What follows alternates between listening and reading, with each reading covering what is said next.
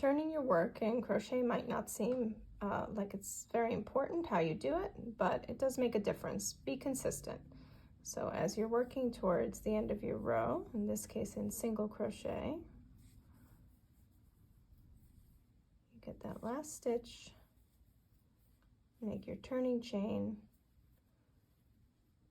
turn your work as if you're turning a book page, and that'll create a nice little defined twist in your stitch. Start working on the next row.